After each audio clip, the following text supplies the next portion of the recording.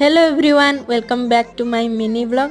प्रथमे समस्त को मो तरफ पवित्र दोल पूर्णिमार हार्दिक शुभेच्छा और अभिनंदन। आज आम घरे से चली जोरसोर प्रिपरेशन। एठी मो जेजेमा माउसी समस्ते मिसिकी बनाउछंती बादाम लड्डू, राशि लड्डू, बुंदी लड्डू, मुआ आउ विभिन्न प्रकार मिठा। दर्शक बंधु खाली आम घरे एमती प्रिपरेशन चली बोली कहले भूल हेब, कारण पूरा गाँ कला कन्हई को स्वागत करिबारे लागी पड़ी। बाण बाजारे पूरा गाँ कंपुचे। ये होची ओडिशार परंपरा।